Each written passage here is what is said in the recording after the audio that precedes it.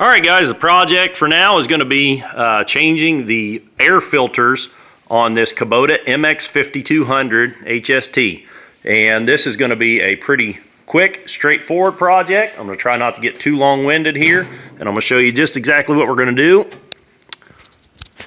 It's kind of a two-handed project there.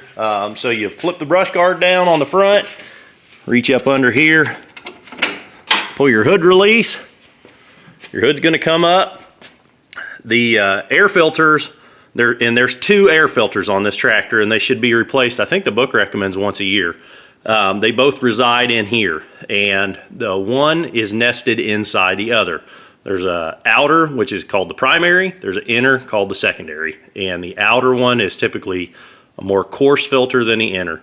We'll see if I can do this with one hand.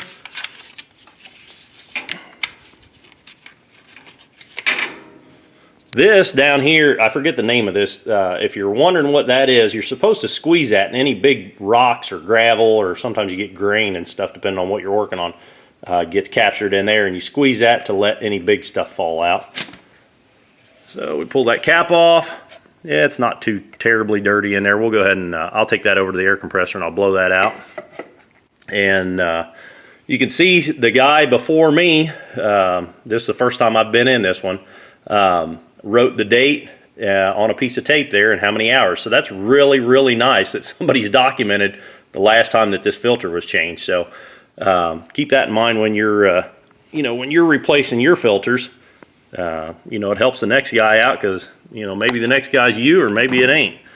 There's our primary outer, and this is our secondary. This is the inner. So I'm going to go ahead and let's see. Looks really clean up in there. The filters for this tractor, this particular tractor, is an MX5200, and the filters that it calls for are R1401-42270, that'll be the outer, and R2401-42280. So I'm going to get these. I'm going to get these out of the box. I'm going to clean out the that filter casing with the air compressor real quick, and I'll be right back with you.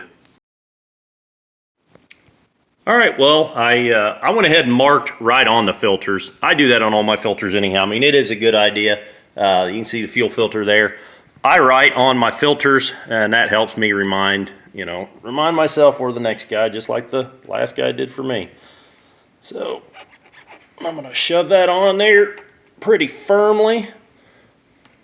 This one also got the date written on it. I'm not so much worried about the hours, but the date is nice to have on there. Just shove that back in there. It kind of seats itself.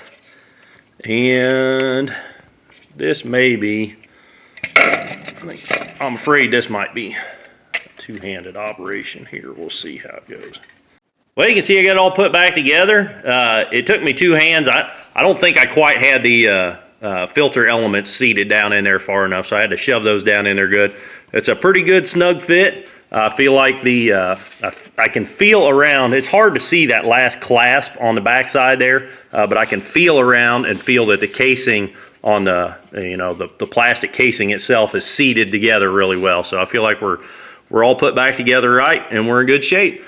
That's pretty much it. We're going to close the hood, close the brush guard, and that's it. Hopefully I helped you with this video, guys. If I did, click that thumbs up button. If you want to see more videos of me working out here in the garage, click the subscribe button. And until the next video, keep on tinkering.